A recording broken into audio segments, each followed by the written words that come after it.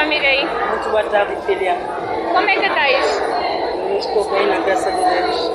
Ok. E como é que correu a atividade? Muito bom. A atividade correu mesmo bom, porque nós pedimos a Deus que essa atividade mesmo leva uma nova vida na nossa igreja.